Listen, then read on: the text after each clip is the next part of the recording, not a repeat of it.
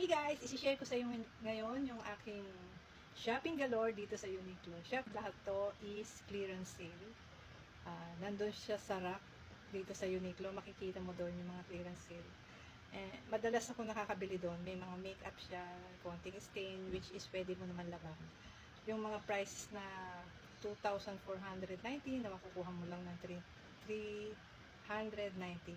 So, without further ado, i-share ko na sa inyo yung aking mga napamili. Before that, is-share ko sa inyo itong aking lipstick from Facia. Napaka-soft. Wala kang nararamdaman na lipstick na parang, di ba pag naka-lipstick tayo, parang makapal siya pag nararamdaman mo. Pero ito is very light and I like the color.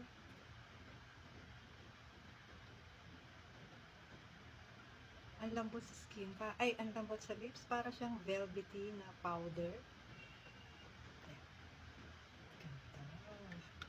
Ang shade nito is, kung makita, dahil medyo matagal na ito sa gabi lang.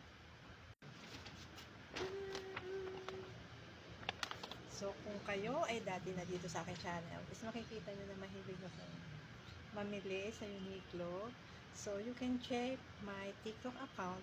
Lahat ng mga clearance sale, markdowns, andon sa TikTok ko, TikTok account. Lahat yon is mga Uniqlo na clearance sale and markdowns, try on. So, kung may mga gusto kayo, yung mga bagong arrival is tinatry ko siya.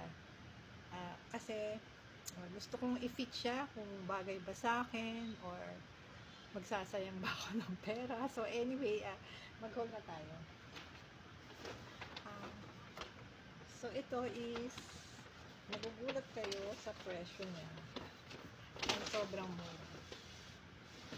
Ito is knitted mesh na dress. Lace knit dress, short sleeve.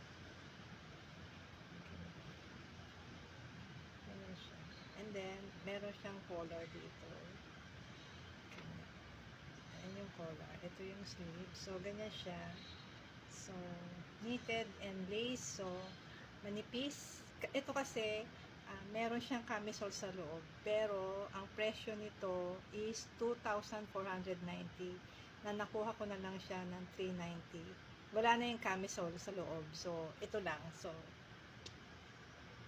ang gagawin ko na lang is, meron naman akong camisole na white. So, okay na siya. Bali, dalawa yung binili ko. Isang black at saka isang nito. Yung black kasi nalaba ko, basta, so nandun siya sa bathroom. So, hindi ko na ipapakita sa inyo. At ayun na lang, share ko na lang sa inyo yung black. So, next is, meron akong nabili na t-shirt bra. Alam naman natin, ang t-shirt bra dito sa Uniqlo is, ang price niya is 990, pero nakuha ko na lang siya ng 490. Pangalawang bili ko na to ng t-shirt bra na sleeveless. Kasi napaka-comfy niya, kaya ako nagustuhan.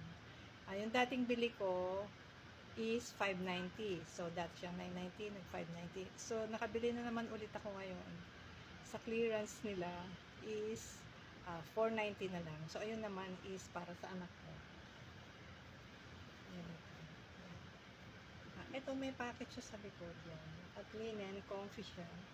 And then garter. Itong short nila is 990 siya. Kasi medyo kapal yung tela is pagkatapos merong packet dito sa back. Ayan. And then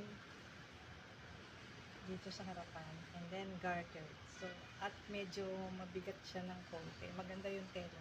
So, ang bili ko lang dito is, so from 990 is 490. Itong shirt nila na Irisem.